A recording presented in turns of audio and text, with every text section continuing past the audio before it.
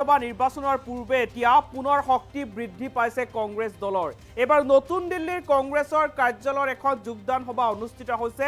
কংগ্ৰেছৰ যোগদান কৰিছে প্ৰাক্তন বিধায়ক বুবুল দাস, গৌতম ধানোৱাৰৰ লগতে কেইবাজনো ৰাজনৈতিক নেতাই।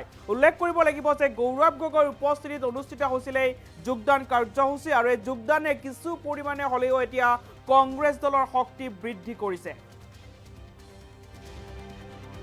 2026 বিধানসভা নিৰ্বাচনৰ পূৰ্বে এতিয়া শক্তি বৃদ্ধি পাইছে প্ৰদেশ কংগ্ৰেছৰ। নতুন দিল্লীৰ কংগ্ৰেছৰ মুখ্য কাৰ্যালয়ত অনুষ্ঠিত হৈছে এখন যোগদান কাৰ্যসূচী। কংগ্ৰেছত যোগদান কৰিছে গৌতম ধানোৱাৰ, প্ৰাক্তন বিধায়ক বুবুল দাসে। লগতে কংগ্ৰেছত যোগদান কৰিছে অশোক কুমাৰ মুলতানী, লংপি টোপিয়ে। এপিচিচিৰ সভাপতি তথা সাংসদ গৌৰৱ গগৈৰ উপস্থিতিত অনুষ্ঠিত হৈছে কংগ্ৰেছ দলৰ এই যোগদান কাৰ্যসূচী। যোগদান কাৰ্যসূচীৰ পিছতে কেইবাটাও বিষয়ত প্ৰতিক্ৰিয়া গৌৰৱ গগৈৰ।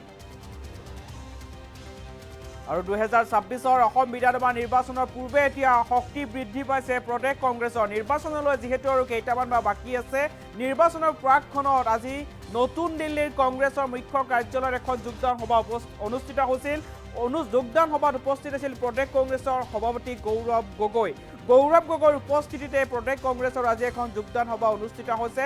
প্ৰদেশ কংগ্ৰেছৰ প্ৰাক্তন বিধায়ক বুবুল দাস, গৌতম ধানোৱাৰ সহ কেইবাগৰাকীও নেতা আজি কংগ্ৰেছ দলত যোগদান কৰিছে আৰু নেতাসকলৰ যোগদানে এতিয়া কিছু পৰিমাণে হ'লেও কংগ্ৰেছ দলৰ শক্তি বৃদ্ধি কৰিছে। যোগদান সভাত উপস্থিত আছিল সাংসদ ৰকিবুল হুছেইন, সাংসদ প্ৰদ্যুৎ বৰদলৈ। কংগ্ৰেছত যোগদান কৰিছে অশোক কুমাৰ মুলতানী, লগতে গৌতম ধানোৱাৰ আৰু প্ৰাক্তন বিধায়ক বুবুল দাসে। আৰু এই যোগদান কাৰ্যসূচীয়ে এতিয়া কিছু পৰিমাণে হ'লেও কংগ্ৰেছ দলৰ শক্তি বৃদ্ধি কৰিছে। যোগদান সভাৰ অন্তত প্ৰদেশ কংগ্ৰেছৰ সভাপতি গৌৰৱ গগৈয়ে কি মন্তব্য কৰিছিল, মন্তব্য আছে আগবঢ়াইছো। আমাৰ দলটোক শক্তিশালী কৰিবলৈ প্ৰাক্তন মন্ত্ৰী বুবুল দাস ডাঙৰীয়া,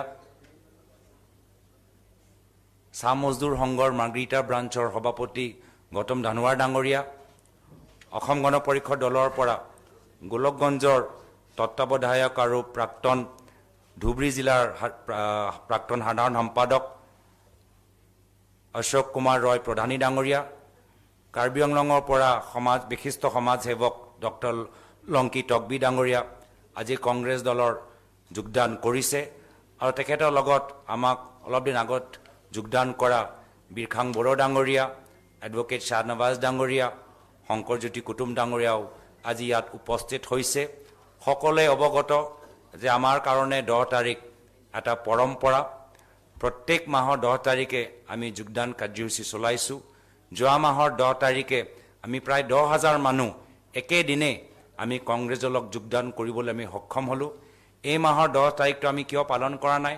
যিহেতু এই মাহৰ 10 তাৰিখ শ্বহীদ দিৱস হিচাপে আমি সকলোৱে উদযাপন কৰোঁ আৰু শ্বহীদ দিৱসৰ দিনত আমি কোনো বিশেষ ৰাজনৈতিক কাৰ্যসূচী আমি হাতত ল'বলৈ বিচৰা নাই আৰু সেইকাৰণে আজি এই মাহত 10 তাৰিখ নকৰাকৈ আমি 12 তাৰিখ আজি যোগদান কাৰ্যসূচী আমি হাতত লৈছোঁ।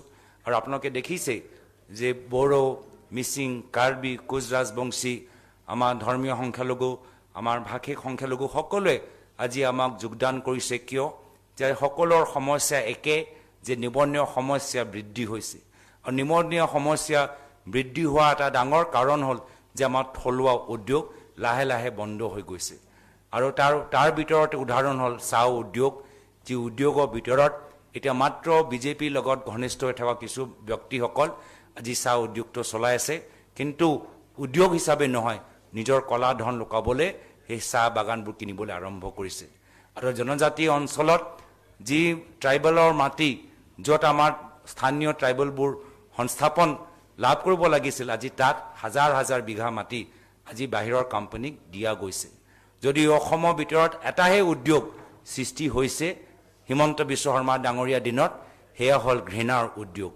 আমাৰ সংকল্প যে আমি এই ঘৃণা উদ্যোগটো আমি বন্ধ কৰিম আৰু পুনৰবাৰ এটা নতুন অসম যোগেদি এটা নতুন আমি উদ্যোগৰ এটা মডেল আমি তৈয়াৰ কৰিবলৈ বিচাৰোঁ, য'ত আমাৰ থলুৱা উদ্যোগবোৰ চাহ, এৰী, মুগা, বাঁহ, আমাৰ কাঁহ শিল্পীসকল, তেওঁলোকক আমি সংস্থাপন তেওঁলোকক আৰু বৃদ্ধি হোৱাৰ বাবে এটা সিদ্ধান্ত বা এটা কল্পনা আমি কৰিবলৈ গৈছোঁ।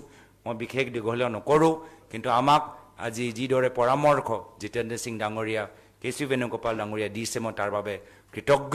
আৰু অহা 14 তাৰিখে দিল্লীৰ ৰামলীলা ময়দানত ৰাহুল গান্ধী ডাঙৰীয়াক শুনিবলৈ, মল্লিকাৰ্জুন খাৰ্গে ডাঙৰীয়াক শুনিবলৈ, প্ৰিয়ংকা গান্ধী ডাঙৰীয়ানীক শুনিবলৈ প্ৰায় আমাৰ অসমৰ পৰা 1000 ওপৰত দলৰ কৰ্মীখিনি আজি দিল্লীলৈ ৰাওনা হৈছে। সেয়া উদাহৰণ যি আমাৰ দিল্লীত আজি গম পাই গৈছে যে দিছপুৰৰ ভিতৰত এটা পৰিৱৰ্তনৰ ঢৌ আজি আৰম্ভ হৈছে। আৰু আমি নিশ্চিত যে আগন্তুক দিনত অসমৰ জনসাধাৰণে এটা নতুন অসম বিচাৰিব আৰু কংগ্ৰেছৰ নেতৃত্ব চৰকাৰ হ'বলৈ যাব। আমাৰ দলটোক শক্তিশালী কৰিবলৈ প্ৰাক্তন মন্ত্ৰী